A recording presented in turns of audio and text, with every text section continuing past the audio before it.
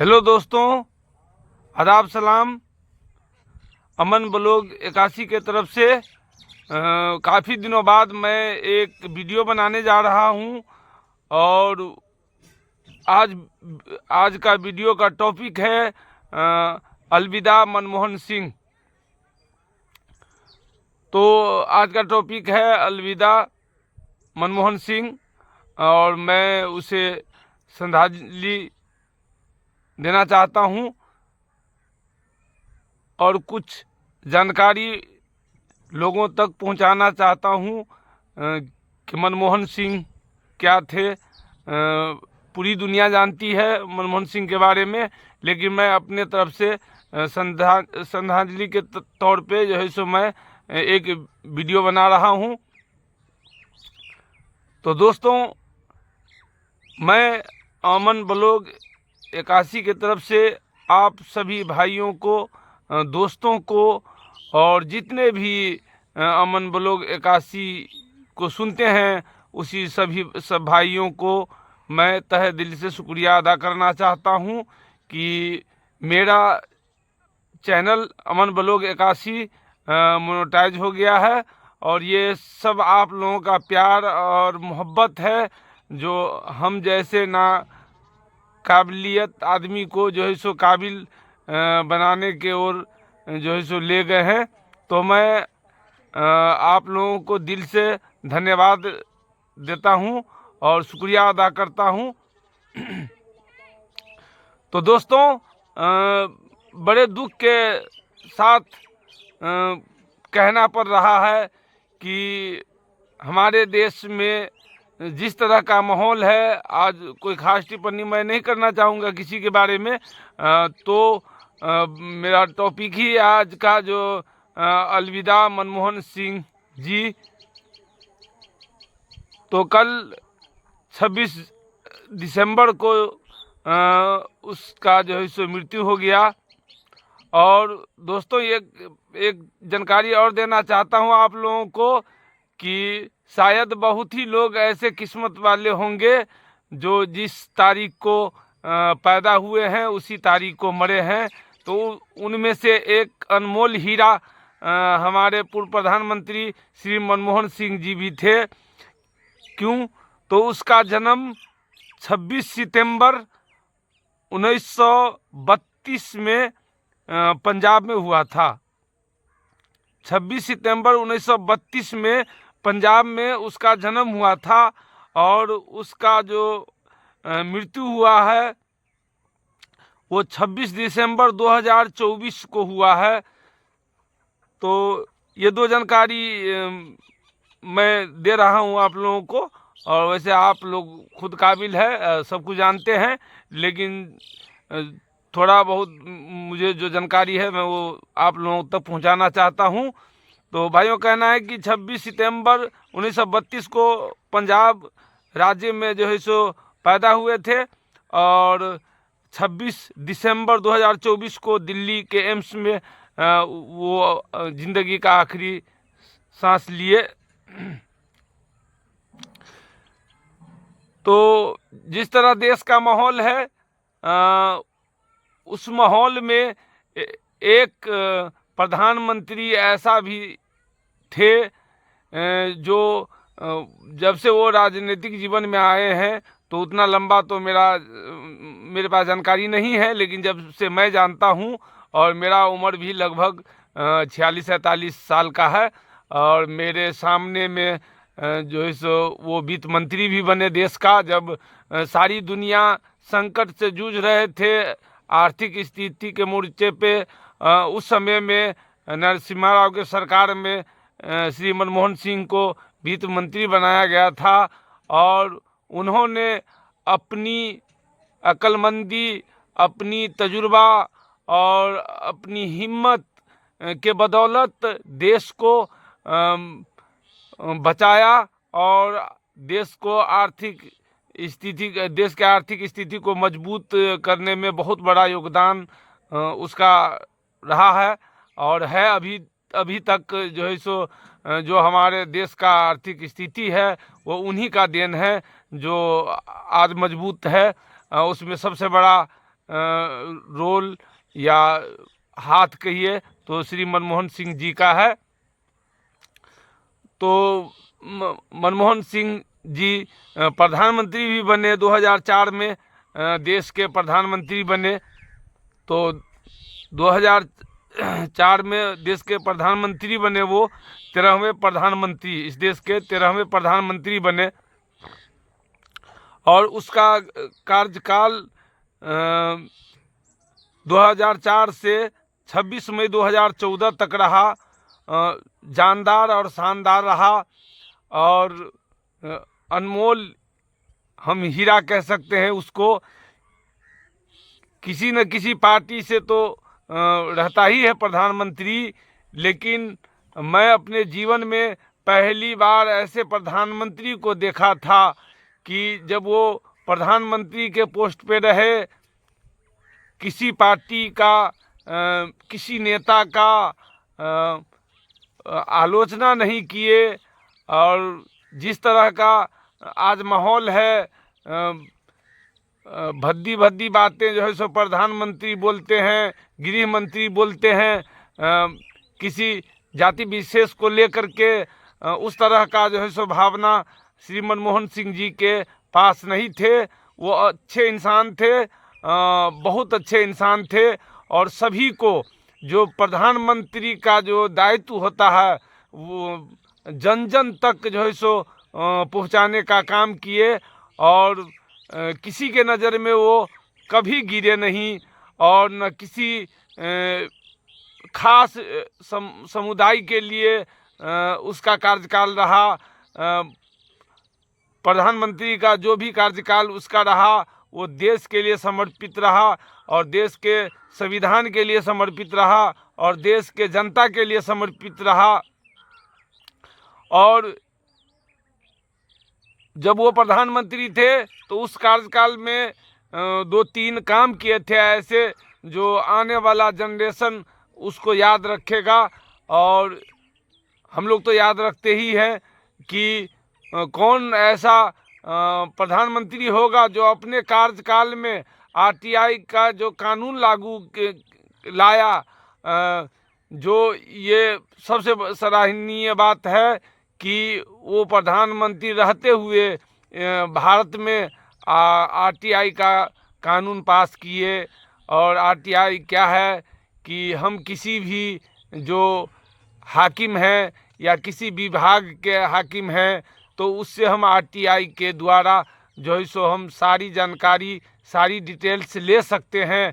इससे पहले आप किसी मंत्री या किसी सीओ बीडीओ या कोई भी विभागीय हाकिम हो उससे आप सालाना जानकारी या 5 साल का जानकारी या कोई भी डिटेल्स नहीं ले सकते थे।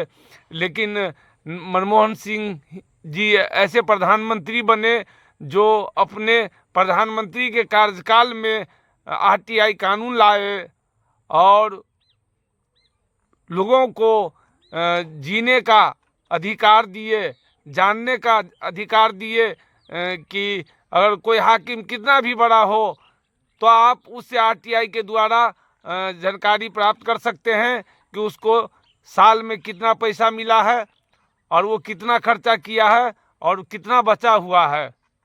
ये सारा डिटेल्स आरटीआई के द्वारा लिया जा सकता है और लेता भी है लोग। तो ऐसे कानून एक हिम्मत वाला प्रधानमंत्री ही कर सकते थे। और अपने ही कार्यकाल में लागू भी किए इसको। और एक न्यूक्लियर जो डील हुआ था जो देश के लिए सबसे स्वाभिमान की बात है, जो लाए थे वो न्यूक्लियर डील हुआ था तो वो भी अपने कार्यकाल में वो लाए थे। और देश का मर्यादा, देश का शान और दुनिया में देश का नाम मजबूती से ऊंचा हुआ और मजबूत भी बना हमारा देश उसी के सामने में, उसी के कार्यकाल में। और आज मैं जो वीडियो बना रहा हूँ तो मैं देख रहा था कि श्री नरेंद्र मोदी जी गए थे उसके आवास पे देखने के लिए, तो बहुत खुशी हुआ इस बात को लेकर के कि प्रधानमंत्री अभी वर्तमान में हैं श्री नरेंद्र मोदी जी, और पूर्व प्रधानमंत्री को श्रद्धांजलि देने उसके घर पहुंचे हैं। ये बहुत खुशी का बात है। लेकिन मैं थोड़ा सा आपको संकेत देता हूं कि एक वो प्रधानमंत्री थे जो प्रधानमंत्री रहते हुए किसी को नहीं लगा कि किस पार्टी का है और किस पार्टी का है या नहीं है। बिल्कुल प्रधानमंत्री का जो रुआब होता है, प्रधानमंत्री का जो दायित्व होता है, उसको बना करके रखे, और जब तक वो प्रधानमंत्री रहे लगभग 10 साल तक, तब तक जो है सो अपने मुंह से किसी पार्टी का, किसी नेता का, किसी को बुराई नहीं किए। सदियों में ऐसे लोग पैदा होते हैं, और शायद अब उसके तरह अनमोल हीरा कहते हैं हम उसको, अनमोल हीरा थे वो।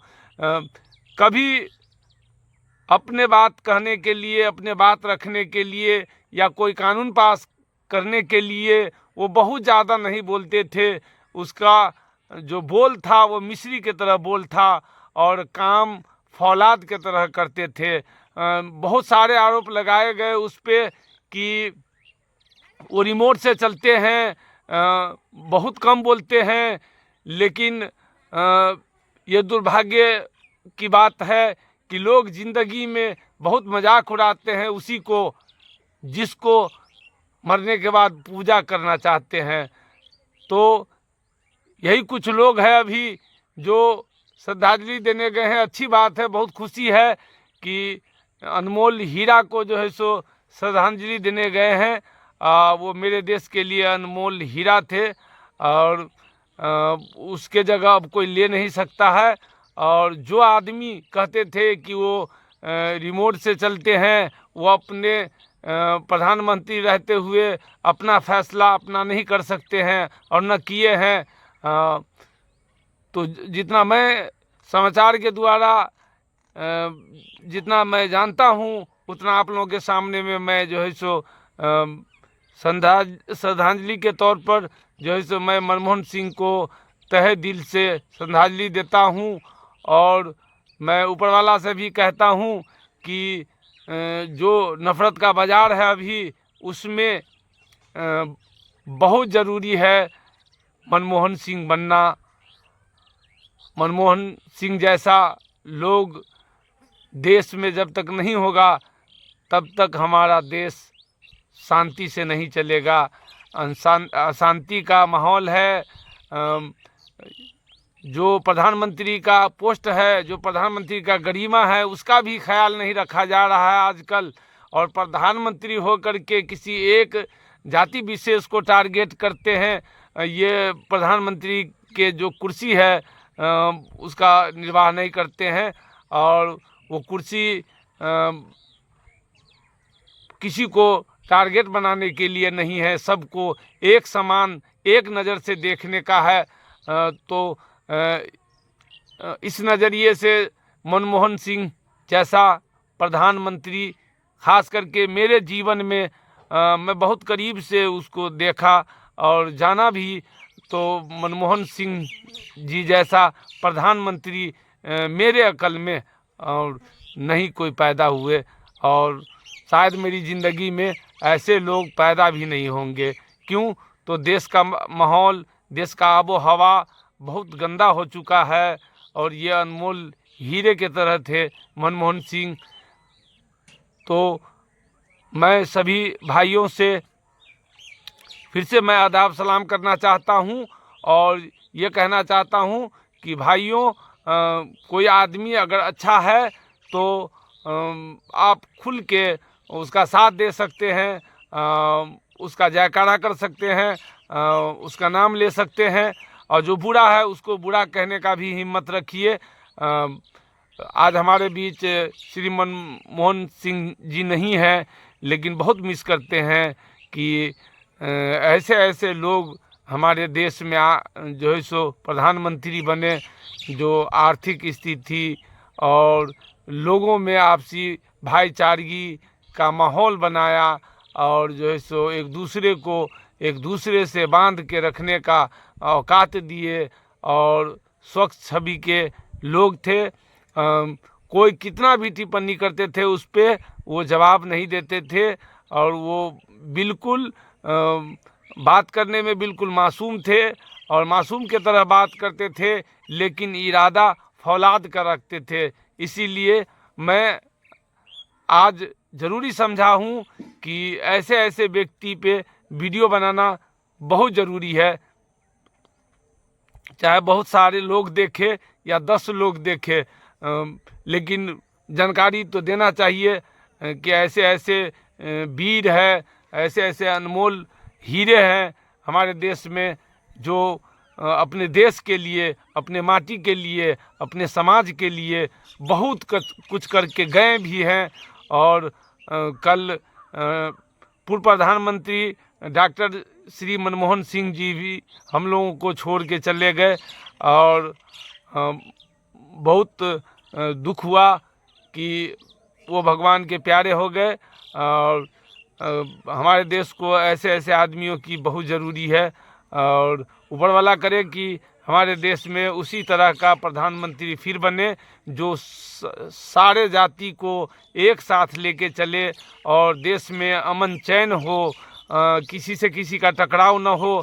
और जो है सो जो प्रधानमंत्री मैं तो बहुत छोटा सा आदमी हूँ भाई, एक गांव में रहता हूँ, मैं प्रधानमंत्री को कुछ कहने वाला नहीं हूँ, लेकिन फिर भी मैं अपने YouTube चैनल के द्वारा और माध्यम से कहना चाहता हूँ कि जो प्रधानमंत्री का गरिमा है कम से कम उसको बना के रखे। ज़िंदगी 4 दिन की है, सभी जानते हैं कि आज न कल चले जाना है।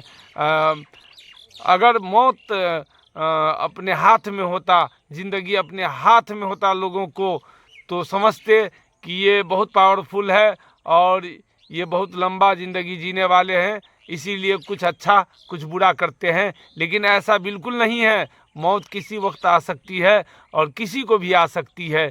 तो इसीलिए देश में अमन कायम रहना चाहिए और शांति रहना चाहिए, भाईचारगी रहना चाहिए और प्रधानमंत्री जी को भी संयम से काम लेना चाहिए और जो प्रधानमंत्री का कुर्सी है उस मर्यादा का ख्याल रखे और हर आदमी को एक नज़र से देखे। बोलने के लिए बहुत कुछ बोलते हैं वो, हर जाति विशेष के लिए, हर जाति के लिए, लेकिन करते कुछ और है। तो कहते कुछ और है और करते कुछ और है। तो मैं शिकायत तो नहीं करता हूँ, लेकिन जो प्रधानमंत्री का जो गरिमा है उसको बचाए रखना बहुत ज़रूरी है।